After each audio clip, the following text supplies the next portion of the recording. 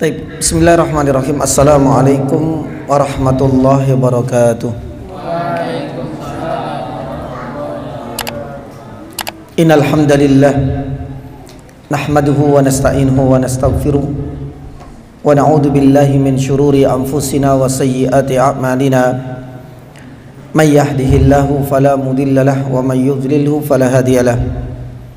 Wa asyhadu an la ilaha illallah wahdahu la syarika lahu ilahul awwalina wal akhirin wa asyhadu anna muhammadan abduhu wa rasuluh.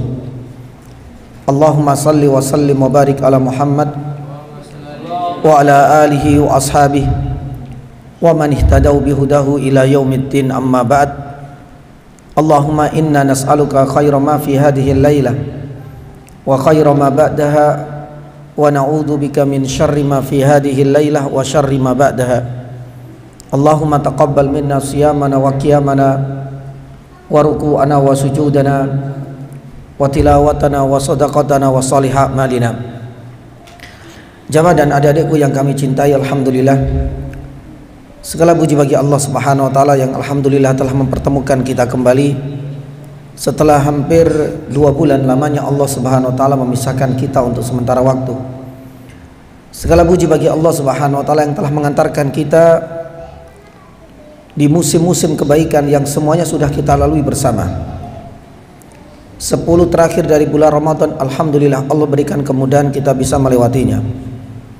10 pertama bulan Dzulhijjah yang merupakan hari-hari terbaik, Allah berikan kemudahan sekali lagi untuk kita bisa melaluinya. Sebagaimana 10 pertama bulan Muharram, alhamdulillah kita pun sudah menuntaskannya. Maka harapan dan keinginan kita tinggal bagaimana memperbanyak doa permohonan kepada Allah Subhanahu wa taala agar semua jerih payah kita selama beribadah di hari-hari terbaik diterima oleh Allah Subhanahu wa taala. Dan harapan yang kedua, semoga nantinya Allah Subhanahu wa taala masih berkenan untuk memberikan kita kesempatan lagi di tahun depan bisa berjumpa kembali dengan 10 terakhir bulan Ramadan, bisa berjumpa lagi dengan 10 pertama bulan Dzulhijjah, dan tentunya harapan kita bisa diberikan kesempatan untuk berjumpa lagi dengan 10 pertama bulan Muharram. Oleh karena itu, jamaah dirahmati Allah Subhanahu wa taala, inilah di antara harapan-harapan kita sebagai seorang hamba yang menunjukkan kita makhluk yang amat butuh kepadanya Azza wa Jalla. Maka jangan sampai kita berhenti untuk selalu meminta, memohon, berdoa kepada Allah Subhanahu wa taala demi untuk kebaikan dan kemaslahatan dunia kita dan akhirat kita nantinya kelak. Jamaah dirahmati Allah, pada pertemuan kali ini kita akan melanjutkan hak yang terakhir. Dulu kita baru menyebutkan sebagian dari hak yang ke-6. Taib, wa idza mata fattabi'uhu. Hak seorang muslim kepada muslim yang lain itu adalah mengantarkan jenazah ke liang lahat. Dulu sudah kita sampaikan beberapa hal, bahwasanya kehidupan ini adalah sebuah ujian. Pun demikian kita sampaikan bahwa kematian itu juga ujian. Makanya dulu kita sampaikan hakikat kematian. Semua manusia pasti akan melalui fase ini dan tahapan ini, yaitu kematian. Maka ada 6 poin yang dulu pernah kita sampaikan. Yang pertama, bahwasanya kematian itu adalah ujian. Allah Subhanahu wa taala firman di dalam surat Al-Mulk ayat yang kedua, alladzi khalaqal wal liyabluwakum. Tidak hanya ujian ketika kita diberikan kehidupan di dunia, tapi ujian pun akan dirasakan oleh setiap insan dan kita semua di detik kematian kita nantinya. Maka oleh karenanya, jamaah dirahmati Allah, perlu kiranya kita menyadari sebagaimana tatkala kita hidup butuh persiapan, di saat kita menjelang kematian pun butuh modal dan perbekalan pula. Maka oleh karenanya Imam Al-Ghazali rahimahullahu taala pernah mengatakan, jadi la yakadu al-muqtadir yaquluha illa bi ikhlasin. Hampir-hampir saja Orang yang dalam kondisi sakaratul maut, hampir saja mereka tidak mampu mengucapkan kalimat la ilaha illallah kalau bukan karena faktor keikhlasannya selama hidup di dunia. Dan ini adalah bekal terbaik,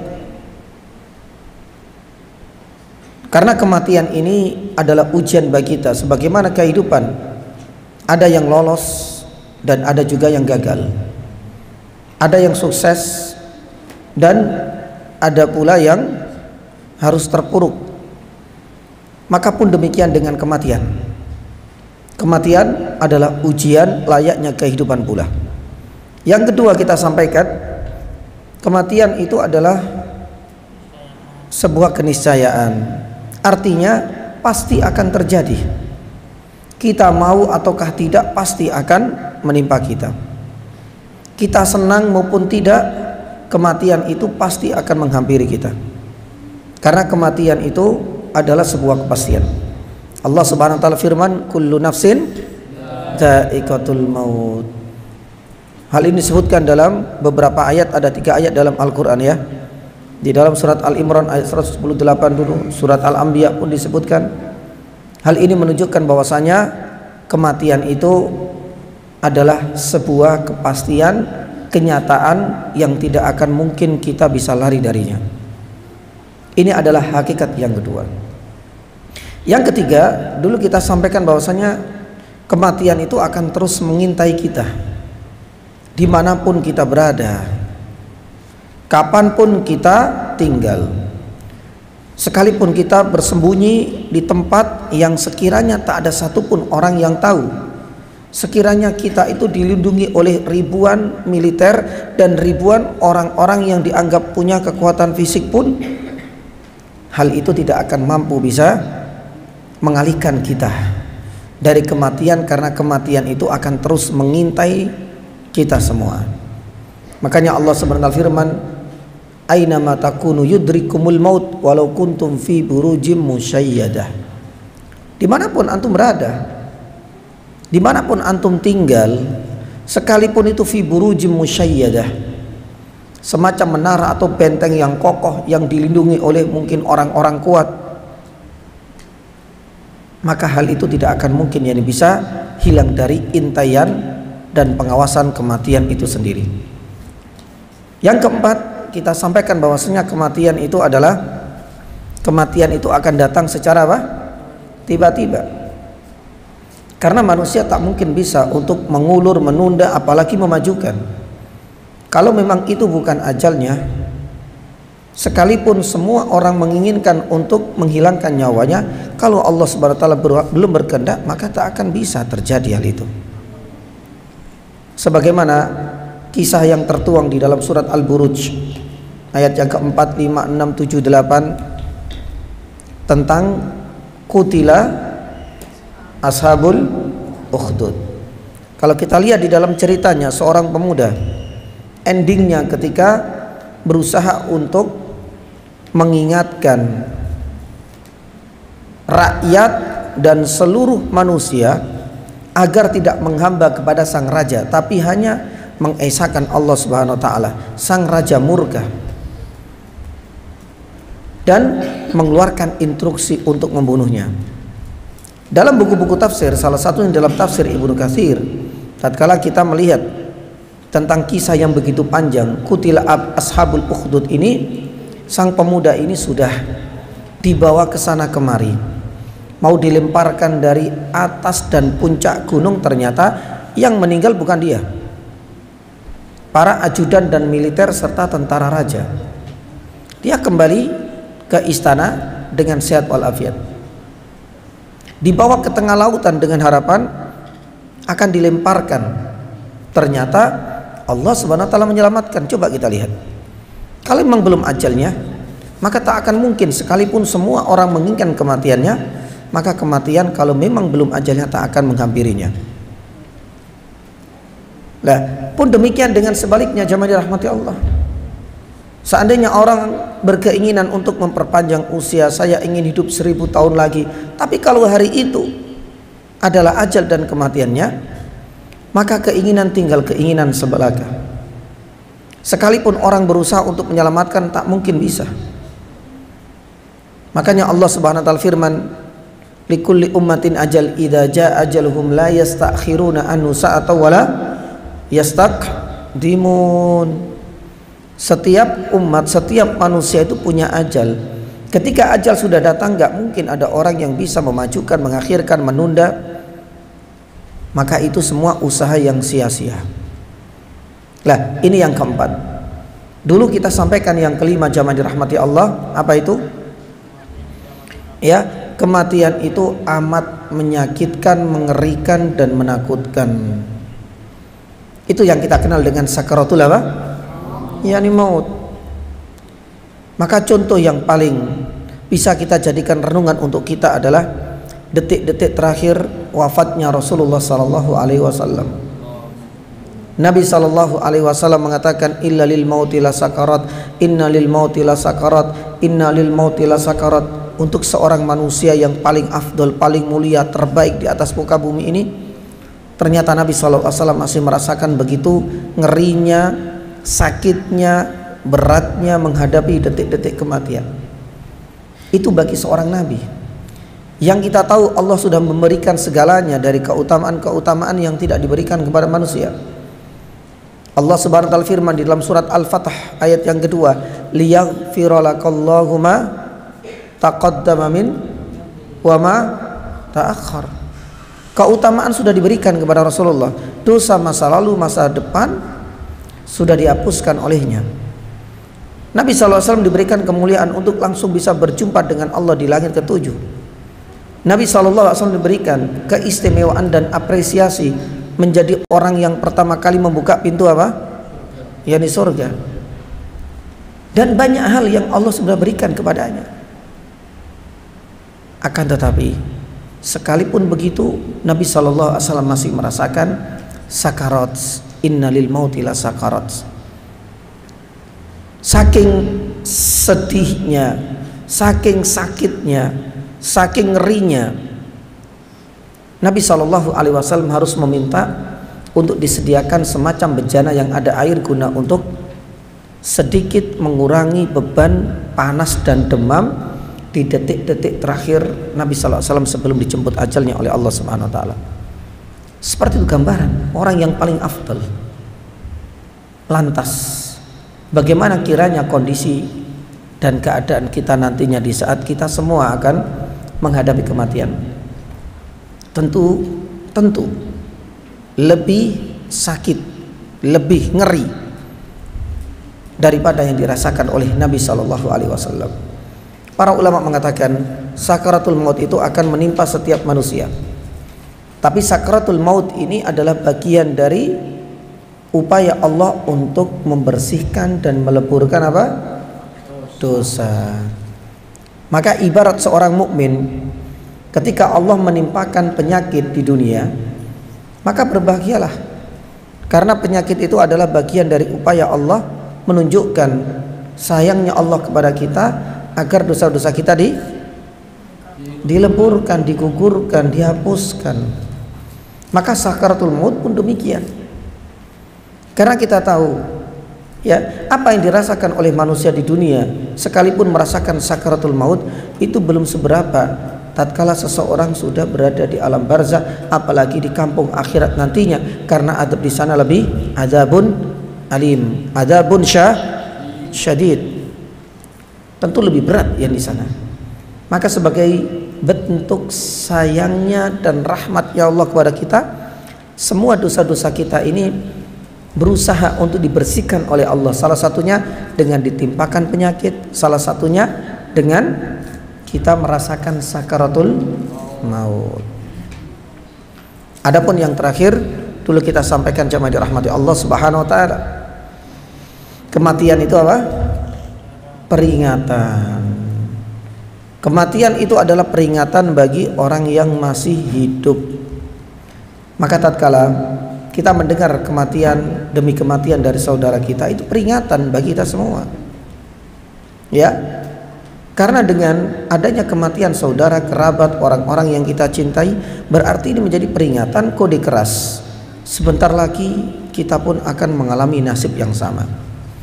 Sebagaimana orang yang meninggal punya harapan tinggi, saya pengen ini, saya pengen menikah, saya pengen punya harta benda yang banyak, saya pengen membuka usaha.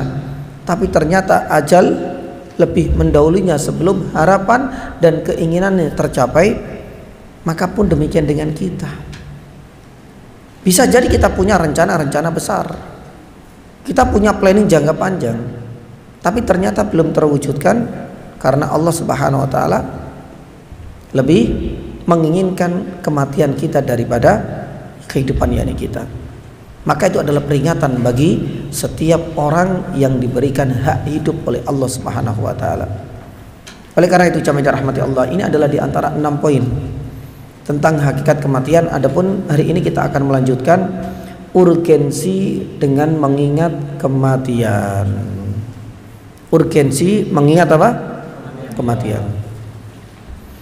Ada beberapa poin yang ingin kita sampaikan, ya.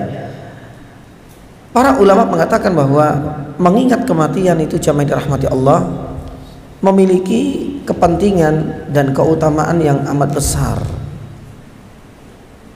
Yang pertama, dengan mengingat kematian itu bagian dari kita beribadah kepada Allah Subhanahu wa taala. Bagaimana hal itu bisa terjadi? Karena Nabi Shallallahu Alaihi Wasallam pernah bersabda, "Kuntu nahaitukum an ziyaratil kubur ala fazuruha." Ini adalah anjuran dari baginda kita Muhammad Shallallahu Alaihi Wasallam. Nabi Sallallahu Alaihi Wasallam menganjurkan kepada kita ala fazuruha, agar kita berziarah kubur. Dengan berziarah kubur itulah fa innaha tudzakirukumul akhirah, dalam redaksi yang lain fa innaha tudzakirukumul maut. Karena dengan berziarah kubur itu akan mengingat apa? Kematian.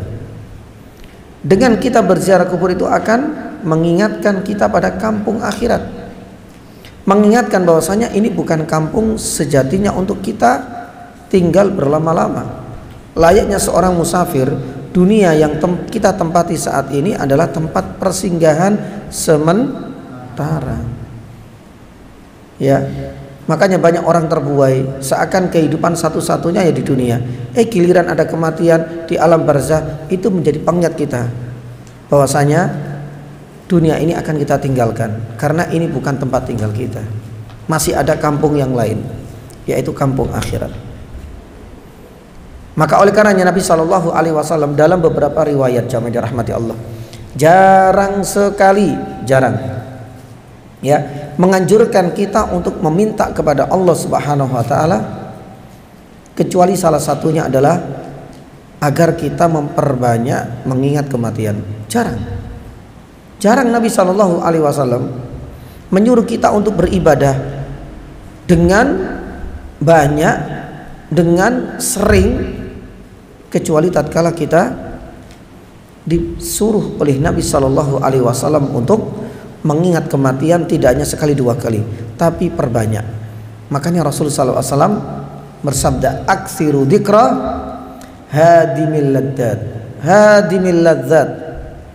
Aksiru, Nabi Sallallahu Alaihi Wasallam jarang pakai kalimat aksiru, perbanyak itu jarang. Memang ada beberapa ibadah di mana kita disuruh untuk memperhatikan kuantitas, yaitu banyaknya.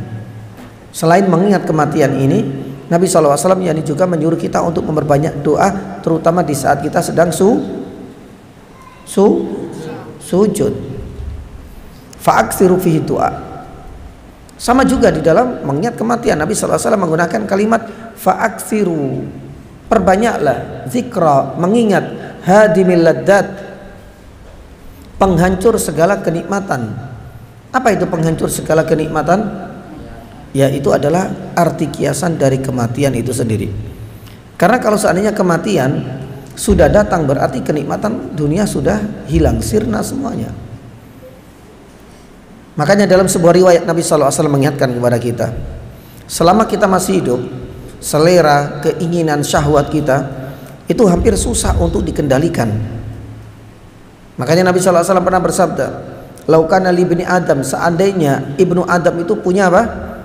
Wadin, satu lembah penuh dengan apa? Emas. Apakah cukup? Enggak. Selama ia masih hidup, dan itu karakter dan tabiat manusia, pengen nambah lagi satu lembah yang lain. Seandainya dikasih 2 lembah penuh dengan emas, apakah cukup? Enggak. Seperti itulah gambaran manusia yang menghentikan keinginan syahwatnya itu adalah wala yamla fahu illa turab, ketika mulutnya tersumpal oleh tanah, dan ini adalah arti kiasan akan kematian. Kalau sudah mati ya sudah, gak ada lagi keinginan-keinginan sebagaimana tatkala ia masih hidup. Syahwatnya sudah terputus secara otomatis. Maka oleh karena jamaah dirahmati Allah, inilah diantara urgensi kita mengingat kematian. Karena dengan mengingat kematian itu adalah bagian dari bentuk ibadah. Dan salah satu cara kita mengingat kematian itu adalah dengan berziarah apa? Kubur. Itu salah satunya. Meskipun mengingat kematian itu sangat banyak cara dan bentuknya. Kemudian yang kedua, urgensi dari kita mengingat kematian, jamaah dirahmati Allah, para ulama mengatakan mengingat kematian itu akan menjadikan sholat kita lebih khusyuk. Ya, mengingat kematian menjadikan sholat kita lebih khusyuk, lebih tenang. Pikiran kita pun tidak berlarian ke sana kemari. Oleh karenanya dalam sebuah hadis Nabi SAW pernah bersabda, dan hadis ini dihasankan oleh Syekh Albani rahimahullahu taala. Nabi SAW bersabda, "Udhkuril mauta fi salatik fa innar rajula idza dzakaral mauta fi salatihi fa hariyun ayyuhassina salatahu." Ingatlah kematian di saat engkau sedang sholat. Apa manfaatnya dan keutamaannya? Kata Rasulullah, fa innar rajula, ketika seseorang itu zakaral mauta fi sholatihi, mengingat kematian di saat ia sedang sholat, fahariyun ayyuhassina sholatahu, maka diharapkan nantinya hal ini bisa memperbaiki, bisa menjadikan ia lebih tenang dan khusyuk di dalam sholatnya. Karena orientasinya beda jemaah. Maka salah satu di antara hal yang tidak menjadikan kita khusyuk dalam sholat itu di saat pikiran kita itu bukan kepada kematian, tapi kepada perkara dunia. Yang artinya kita nggak fokus, hati kita nggak tenang, sulit untuk bisa sampai pada puncak khusyuk. Itu karena pikiran kita itu masih tertambat dengan perkara-perkara dunia. Tapi kalau seandainya yang kita ingat adalah kematian, perjalanan kita setelah mati, kampung akhirat kelak, hal itu yang menjadikan sholat kita lebih khusyuk, pikiran kita lebih fokus. Karena kampung itulah yang kita inginkan. Dan ini adalah urgensi yang kedua. Maka oleh karenanya jamaah dirahmati Allah Subhanahu wa taala, Nabi SAW selalu menganjurkan kepada kita untuk menjadikan sholat itu sebagai pelarian, terutama di saat kita menghadapi banyak kesulitan atau kegalauan hidup. Bukan malah healingnya itu dengan rekreasi. Jangan sampai kemudian di saat kita sedang bimbang, sedang gelisah, pelariannya itu ke mall dan shopping.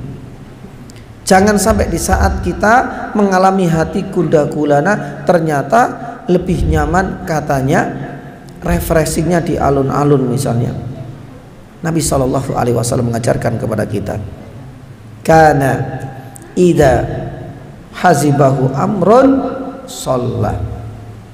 Coba kita lihat Rasul SAW di saat beliau itu mendapati kesulitan, pun demikian kegalauan, pun di saat Rasulullah merasakan kesedihan dan kegalauan, apa yang beliau lakukan?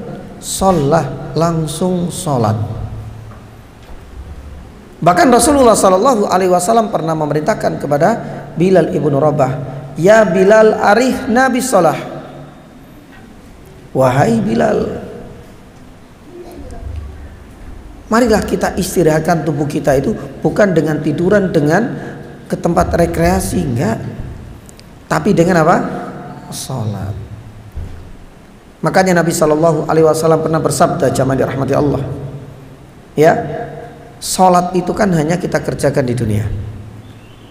Memang nanti ada pembahasan entah kapan saatnya. Para nabi ketika meninggal di alam kubur itu salat, tapi salatnya mereka tidak disebutkan secara lebih spesifik. Apakah dalam bentuk doa-doa ataupun yang salat-salat layaknya gerakan-gerakan salat yang kita kerjakan saat ini, wallahu taala alam bishawab. Tapi Nabi SAW merasakan adanya salat ini yang menjadikan Rasulullah masih berselera untuk tinggal di dunia. Makanya beliau pernah bersabda, hubbiba ilayya dunya thalath. Ya, dunia ini tidak disukai oleh Rasul sallallahu alaihi wasallam. Namun dikecualikan 3 hal yang menjadikan Rasulullah demen, Rasulullah itu cinta, Rasulullah itu senang, Rasulullah bahagia masih tinggal di dunia. Itu karena ada 3 hal di antara perkara dunia. Yang pertama apa? Yang pertama itu adalah yakni atib. Atib itu minyak wangi. Ini yang disukai oleh Nabi Shallallahu Alaihi Wasallam. Makanya dalam sebuah riwayat, minyak wangi itu kalau seandainya ada yang ngasih, Nabi Sallallahu Alaihi Wasallam menganjurkan untuk tidak menolaknya. Yang kedua itu adalah an-nisa, artinya menikah. Ya, karena menikah ini di dunia. Kalau di akhirat nantinya kita sudah dapat jatah, nggak butuh akad, nggak butuh walimah, sudah dapat jatah apa? Hurul in, bidadari. Adanya pernikahan, membina rumah tangga, ini baru terjadi di dunia dan itu yang disukai oleh Rasulullah Sallallahu Alaihi Wasallam. Adapun perkara yang ketiga di dunia ini yang dicintai oleh Rasulullah, wa ju'ilat qurratu aini li fis shalah. Ya, dijadikanlah salat selama aku hidup di dunia ini sebagai apa? Penyejuk jiwa dan penenang hati Rasulullah. Qurratu ain. Nah, kalau seandainya selama ini dan kita semua ini menjadi pelajaran untuk kita dan peringatan pula bagi kita semua. Kalau selama ini salat masih kita jadikan sebagai bentuk beban, kadang-kadang salat waduh berarti. Kadang-kadang suruh salat, ya Allah, malas. Ketika disuruh sholat, ya Allah, ini masih enak main misalnya. Ketika kita melaksanakan sholat, merasa ada beban, maka berarti kita belum sampai pada derajat qurratu ain. Karena Nabi Shallallahu Alaihi Wasallam menjadikan sholat itu sebagai penenang jiwa. Maka dalam kondisi apapun kita mendapati segala masalah, dalam urusan pekerjaan, dalam urusan kantor, dalam urusan pendidikan, dalam urusan harian, maka pelarian Nabi SAW untuk menenangkan jiwa itu adalah dengan apa? Dengan sholat. Makanya satu kisah jamaah dirahmati Allah, mudah-mudahan hal ini bisa memacu dan memotivasi kita. Rasulullah Shallallahu Alaihi Wasallam ketika pulang dari Taif itu kondisinya sudah nggak karu-karuan. Secara fisik Rasulullah terluka di kakinya karena dilempari penduduk Taif. Secara psikis, psikologi Nabi SAW itu juga tertekan karena tak ada satupun di antara penduduk Taif yang menerima dakwah Rasulullah SAW. Seandainya kita memposisikan diri seperti kondisi Rasulullah SAW, mungkin barangkali saat itu sudahlah kita pensiun dini saja daripada meneruskan menjadi seorang nabi dan rasul. Tapi coba kita lihat dalam malam Yaksahdu ketika dikeluarkan, diusir dari Taif, Rasulullah secara fisik terluka, secara psikis pun Nabi SAW terbebani. Ternyata pelariannya Rasulullah di malam itu ngapain? Sholat. Bayangkan, wah kayaknya kita nggak bisa khusyuk Ustadz kalau seandainya ya di sholat. Ya, dalam kondisi sedih, gundah gulana, bagaimana kita bisa khusyuk dalam sholat? Lah disinilah untuk bisa menenangkan jiwa lewat sholat, salah satunya dengan apa? Zikrul maut. Karena Nabi sallallahu alaihi wasallam mengatakan, fa innar rajula idza dzakaral mauta fi sholatihi fahariyun ayyuhassin sholatahu. Subhanallah. Nanti arahnya juga ke situ. Makanya kematian, tapi jangan gambarkan ketika sholat itu seakan-akan kuburan di depan, bukan seperti itu kita gambarkan. Ketika kita sholat, yang kita gambarkan di depan ada pocong misalnya, bukan seperti itu. Mengingat kematian tidak, ya seperti itu. Tapi mengingat yakni bagaimana kengerian, bagaimana sakitnya, bagaimana kampung akhirat, bagaimana itu adalah tujuan yakni kita, bagaimana kita nanti dimintai pertanggungjawaban yakni kelak. Itu semuanya yang menjadikan kita itu lebih fokus, lebih konsentrasi di dalam sholat. Maka kalau seandainya kita membiasakan untuk mengingat kematian di dalam sholat, suatu saat nanti sholat itu nggak akan menjadi beban bagi kita. Ada suara adzan berkumandang, hati kita akan segera tergerak untuk segera sholat, nggak merasa beban, karena akan sampai pada puncak yang namanya apa? Qurratu yaitu ain. Ya, ketenangan kita itu ternyata di saat kita sedang sholat. Lah itu pertanyaan yang harus kita jawab masing-masing. Kapan saatnya kita bisa merasakan sholat itu bukan menjadi beban, tapi menjadi apa? Penyejuk jiwa. Qurratu ain. Salah satunya adalah dengan selalu mengingat kematian di saat kita sholat. Ini yang kedua. Kemudian urgensi yang ketiga, jamaah dirahmati Allah, para ulama mengatakan ya bahwa dengan mengingat kematian itu menjadikan kita lebih siap untuk, ya artinya lebih sigap untuk mempersiapkan bekal sebelum kematian itu menghampiri kita. Dia lebih siap untuk bertemu dengan Allah. Karena saat ini dan semua manusia, kematian itu sesuatu yang memang dibenci oleh setiap insan. Iya apa enggak? Seandainya jenengan, kamu mau mati sekarang?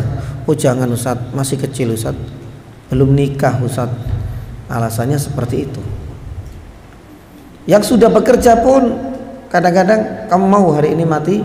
Oh jangan dulu Ustaz, ya saya belum beli rumah, cicilan motor belum selesai, macam-macam alasannya. Karena memang kematian itu sesuatu yang dibenci.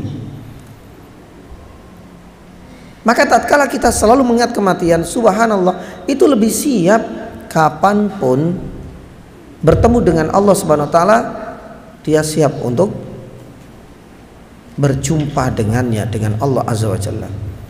Bahkan dengan mengingat kematian itulah ia akan lebih sigap untuk mempersiapkan bekal. Karena kematian ini jamaah dirahmati Allah, sebagaimana sudah kita sampaikan ya tadi, ujian. Layaknya jenengan antum semua mau ujian, butuh persiapan apa enggak? Ujian di kelas butuh persiapan. Kadang harus begadang malam untuk belajar, kadang harus menunda tidur siang, tidur malam hanya untuk murajaah pelajaran. Kadang-kadang sampai lupa nggak makan dan nggak sarapan. Seperti itu tatkala kita menghadapi ujian di dunia, ujian akhir semester. Padahal itu cuma menentukan naik dan tidaknya, tidak sampai kemudian menyebabkan kita masuk surga atau neraka. Tapi persiapannya apa? Ekstra maksimal, besar. Lantas bagaimana tatkala kita ingin menghadapi ujian yang sesungguhnya? Salah satunya adalah ujian kematian. Maka dengan kita mengingat kematian itulah jamaah dirahmati Allah, hal ini akan menjadikan kita lebih siap, kita lebih sigap untuk mempersiapkan bekalnya, dan lebih siap juga untuk bertemu dengan Allah Subhanahu wa taala. Maka oleh karena Abu Darda, ya Abu Darda radhiyallahu ta'ala anhu pernah mengatakan, yani idza dzakartal mauta fa'dud nafsaka ka ahadihim. Subhanallah. Beliau mengatakan, seandainya engkau mengingat kematian dan saudara, keluarga, teman-teman dan sahabat yang sudah meninggal, ketika kita ingat seperti itu, apa yang terjadi? Fa'dud nafsaka ka'ahadihim, maka siapkanlah dirimu, kelak kamu akan seperti mereka juga. Itu kalau seandainya kita mengingat kematian saudara-saudara kita, itu pasti. Maka disinilah, dengan mengingat kematian, mengingat orang-orang yang sudah mendahului kita dari sahabat, kerabat, orang-orang yang kita cintai, kata Abu Darda, hal itu akan membangkitkan semangat kita untuk bersiap-siap. Fa'dud nafsaka ka'ahadhim, engkau harus segera menyiapkan dirimu, karena kelak engkau akan bernasib sama seperti salah satu di antara mereka. Ini yang keberapa? Yang ketiga. Adapun yang keempat, jamaah dirahmati Allah Subhanahu wa taala, para ulama mengatakan, ya, dengan kita mengingat kematian itu akan bisa memperbaiki kehidupan dunia kita. Subhanallah, ya. Bagaimana hal itu bisa terjadi, Ustaz? Bagaimana kematian itu bisa memperbaiki kehidupan kita? Bagaimana mengingat kematian itu bisa memperbaiki hubungan kita dengan anak, hubungan kita dengan istri, hubungan kita dengan murid, hubungan kita dengan masyarakat? Pokoknya kehidupan kita ini akan tertata lebih rapi. Salah satunya itu adalah dengan apa? Mengingat kematian. Bagaimana hal itu bisa terjadi? Mari kita renungkan sabda Nabi Sallallahu Alaihi Wasallam. Rasulullah Sallallahu Alaihi Wasallam pernah bersabda, "Aktsiru dzikra hadimil ladzat." Perbanyak kalian mengingat penghancur dan memusnah kelezatan, dan itu adalah kematian. Nah, di sini lanjutannya ini kaitannya dengan urgensi yang keempat. Nabi Shallallahu Alaihi Wasallam kemudian mengingatkan jamaah dirahmati Allah, ya, Rasulullah Shallallahu Alaihi Wasallam melanjutkan, fa innahu ma dzakarahu ahadun fi dzikin illa bi fi dzikin minal aisi illa wasa'u alaihi wala fi sa'atin illa dhayyaqahu alaihi. Karena di saat seseorang itu memperbanyak untuk selalu mengingat kematian, mengingat kampung akhirat nantinya, maka di saat yang sama kehidupannya ini, ya, fi dzikin, dalam kondisi serba sulit. Entah pekerjaannya yang sudah mulai apa? Mulai sedikit keuntungan yang didapatkannya, atau mungkin barangkali dia harus gonta-ganti profesi, atau mungkin barangkali kehidupan keluarganya yang maaf kurang harmonis. Ini semua adalah bagian dari dzikin minal ais. Ketika kehidupannya terasa sempit, maka kata Rasul Sallallahu Alaihi Wasallam, dengan mengingat kematian inilah wasahu alaih, pasti Allah akan memberikan kelonggaran hatinya, kemudahan untuk mengurusi kehidupannya. Itu adalah janji dari Allah Subhanahu wa taala. Ya. Makanya subhanallah, inilah di antara urgensi yang sangat penting dari kita mengingat kematian. Sebaliknya jamaah dirahmati Allah, di saat kita itu diberikan kemudahan, entah kemudahan di dalam kita belajar, kemudahan di dalam kita berumah tangga, kemudahan di dalam kita bekerja, seakan dunia ini Allah Subhanahu wa taala berikan kemudahan untuk kita dan kita hampir tidak mengalami kesulitan di dalam kita hidup. Tapi di saat yang sama kita juga selalu mengingat kematian, kata Rasul sallallahu alaihi wasallam, illa dhayyaqahu alaihi. Maka dengan mengingat kematian itulah yang akan mengontrol dirinya untuk selalu ingat dengan hak-hak orang lain. Mengingat dirinya bahwasanya kemudahan, keuntungan, keharmonisan itu adalah sebuah karunia dari Allah Subhanahu wa taala. Artinya tidak gampang apa? Sombong dan gumedhe atau besar kepala.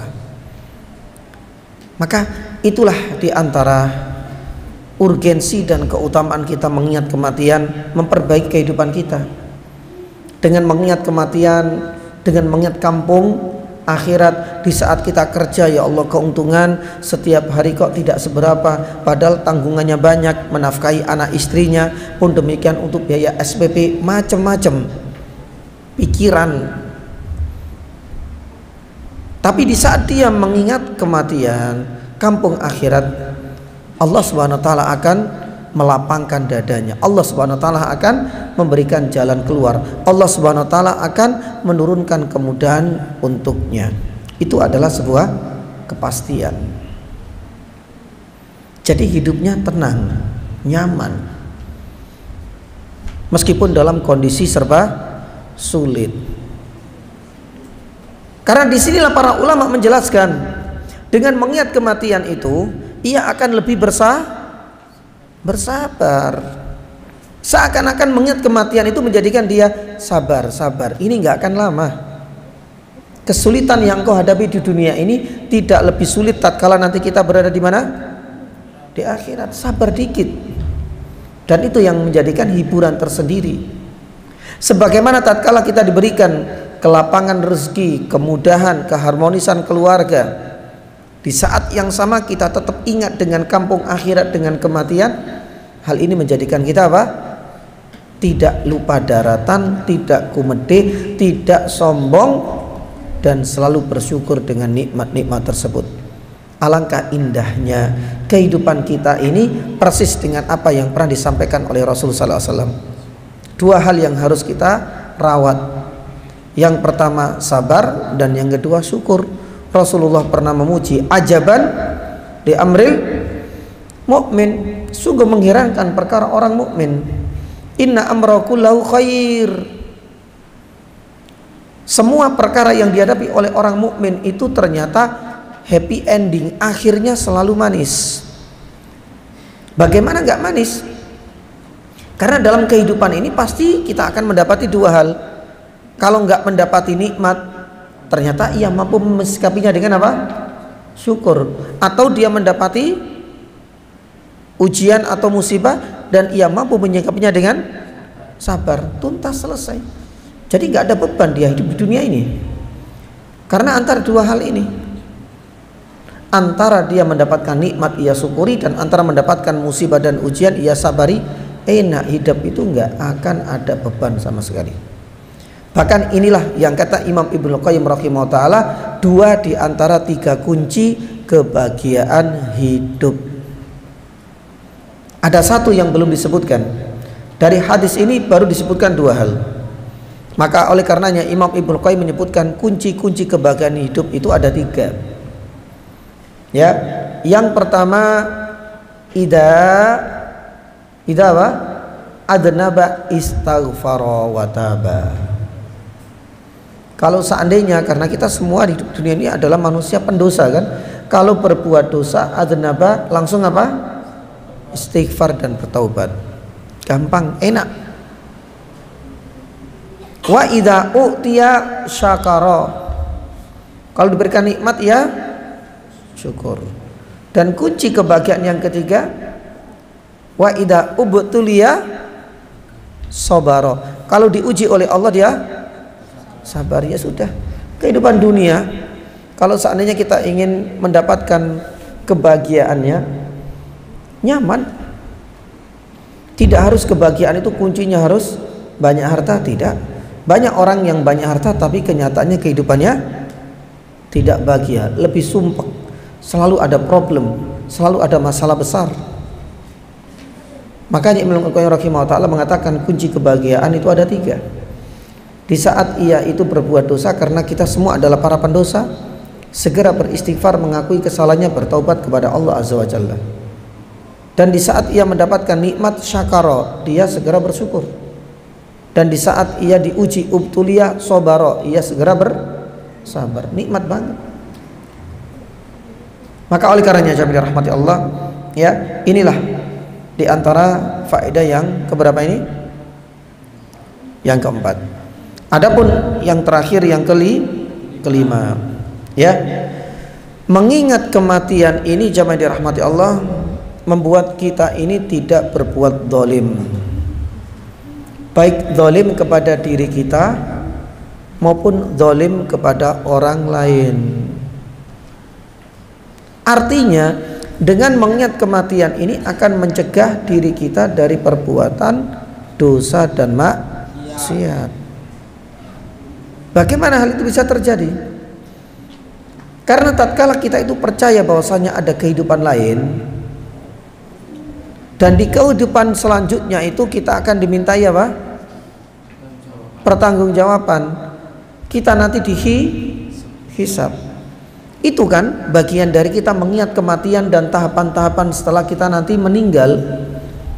Kalau kita ingat selalu hal tersebut, perjalanan panjang kita nantinya kita akan dihisab, catatan amal kita akan ditimbang. Apa yang terjadi? Hal ini akan bisa membentengi kita dan menjauhkan diri kita ini dari perbuatan dolim, baik dolim kepada diri kita maupun dolim kepada orang lain.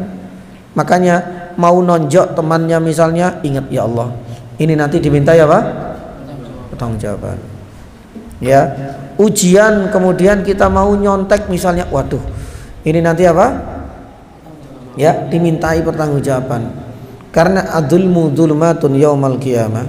Mungkin saat ini kita merasakan enjoy saja, happy saja. Yang korupsi wes pokoknya kan demi kehidupan kita nyaman bahagia. Berarti dia saat itu sedang lalai. Kalau nanti ada hari-hari di mana kita harus mempertanggungjawabkan seluruh amalan kita di dunia. Oleh karena itu Al-Haris Al-Mahasibi rahimahullahu ta'ala itu pernah menerangkan jamaah, ma min abdin ya'si rabbahu illa wa huwa nasin li ahwalil akhirah wal hisabat. Subhanallah, kalimat yang sangat indah. Tidaklah ada seorang hamba, kata beliau, ketika terjerumus ke dalam apa? Kemaksiatan. Nah ini untuk kita semua dan untuk saya secara pribadi juga sebagai pengingat. Tidaklah ada seorang hamba ketika terjerumus ke dalam kemaksiatan, kata Al-Haris Al-Mahasibi, kecuali saat itu dia sedang lalai, sedang lupa kalau nantinya akan dimintai pertanggungjawaban. Makanya kalau seandainya kita berbuat dosa, berbuat maksiat, jangan dikambing hitamkan temennya. Ini gara-gara ini loh yang ngajak saya berbuat maksiat. Ini gara-gara Pak Ustadz ini gara-gara Bapak, ini gara-gara Ibu. Padahal kita tahu sejatinya kemaksiatan itu adalah hal yang sudah diharamkan. Tapi kenapa kita sampai melakukannya? Maka ingatlah, di saat kita melakukan kemaksiatan yang kita tahu itu haram, berarti saat itu kita sedang apa? Lalai dan lupa. Kalau semuanya akan dimintai pertanggungjawaban.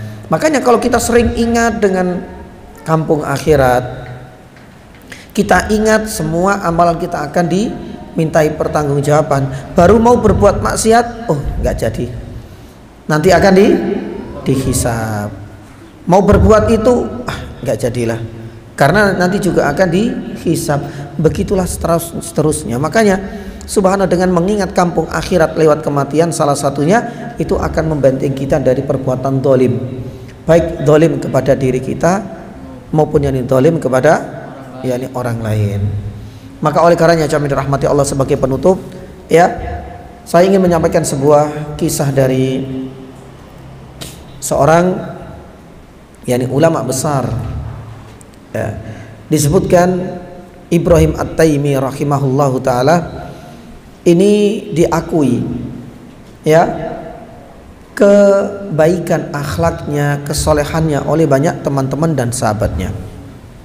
Bayangkan, kata teman-temannya, Ibrahim At-Taimi ini adalah manusia unik. Karena hampir semua yang dikerjakan itu yang nampak mata semuanya adalah perbuatan baik. Di saat ada adzan berkumandang, pasti dia sudah sebelumnya di masjid. Ketika ada woro-woro temannya yang sakit, pasti dia sudah menjenguk saudaranya. Di saat ada berita kematian, dia pasti sudah berbelasungkawa dan sudah bertakziah. Dan di saat banyak orang itu hiruk pikuk disibukkan yakni dengan perkara dunia, pasti dia selalu bermunajat dan menyendiri dengan Allah Subhanahu wa taala lewat bacaan Al-Qur'an atau ibadah-ibadah yang lain. Makanya teman-temannya bingung sampai mengatakan teman-temannya ini ya, mengatakan Ibrahim ini dikatakan ya la ya'rifu kaifa ya'si rabbahu. Apa artinya? Ibrahim At-Taimi ini seakan-akan nggak tahu caranya bagaimana berbuat dosa dan maksiat, sampai nggak tahu caranya. Nah, kalau kita mungkin barangkali caranya berbuat taat seperti apa, Ustaz? Karena kita sudah terbiasa dengan apa? Maksiat. Kalau Ibrahim At-Taimi sebaliknya, dia sudah terbiasa dengan kebaikan dan ketaatan, sampai dia nggak tahu bagaimana caranya berbuat maksiat dan dosa. Subhanallah. Maka oleh karenanya jamaah rahmati Allah, salah satunya selain muraqabah, merasa diawasi oleh Allah, salah satu di antara benteng terkuat yakni juga agar kita tidak terjerumus ke dalamnya, tidak berbuat dolim, aniaya baik kepada diri kita maupun orang lain. Salah satunya itu adalah dengan mengingat apa? Yakni kematian, mengingat kampung akhirat. Karena hal inilah yang akan menjadikan yakni kita bisa menjauhkan dari segala bentuk kemaksiatan, karena ia akan sadar setiap ucapan kita, setiap perbuatan kita yang nampak maupun yang tidak nampak itu semuanya pasti akan dihisab dan dimintai pertanggungjawaban. Taib, jamaah dirahmati Allah Subhanahu wa taala, mungkin ini saja yang bisa kami sampaikan, dan kalau tidak ada udzur biidznillah taala pada pertemuan selanjutnya nanti kita akan membahas sesi yang ketiga dan terakhir dari hak ya kita yang keenam, yaitu nanti kita akan yang dibahas setelah kita membahas hakikat dari kematian, urgensi mengingat kematian, menyisakan dua subtopik, yaitu kalau memang mengingat kematian itu dianjurkan, Ustadz, boleh nggak kita meminta apa? Kematian. Itu adalah subtopik yang akan kita bahas. Boleh nggak kita minta untuk disegerakan kematian? Kalau mengingat kematian dianjurkan. Kalau meminta segera dimatikan, diwafatkan, boleh apa enggak? Nanti kita akan sampaikan insyaallah taala. Adapun yang terakhir nanti kita akan bahas beberapa adab. Ya, sedikit ini saja. Idza mata fattabi'uhu. Adab di dalam kita berbelasungkawa, bertakziah, terutama di saat kita mengantarkan jenazah saudara kita. Apa saja adab-adabnya dan apa keutamaannya, insya Allah nanti kita akan sampaikan pada pertemuan selanjutnya. Semoga bermanfaat apa yang kami sampaikan, dan semoga Allah Subhanahu wa taala pertemukan kita di lain kesempatan. Subhanallah, asyhadu an la ilaha illa anta, astaghfiruka wa atubu ilaik. Wa sallallahu ala nabiyyina Muhammadin wa ala alihi washabihi wasallam. Assalamualaikum warahmatullahi wabarakatuh.